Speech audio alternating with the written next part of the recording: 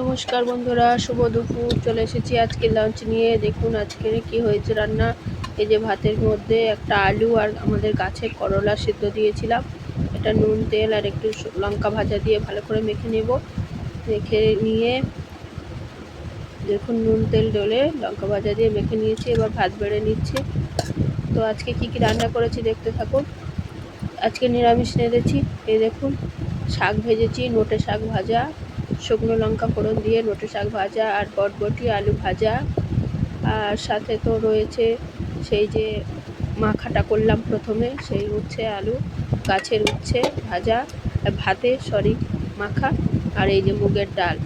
তো চলুন আজকে খাওয়া দাওয়া শুরু করি। প্রথমে উচ্ছে আলু ভাতে দিয়ে খেয়ে নিলাম।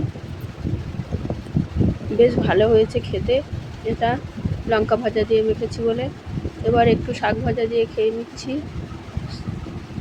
নোটে শাক ভাজা, সেটাও বেশ ভালো হয়েছে খেতে। এবার নিয়ে নেবো ডাল, মুগের ডাল। আমি বেশি খাই না, তো একটুখানি নিলাম। আলু ভাজা, বটবটি ভাজা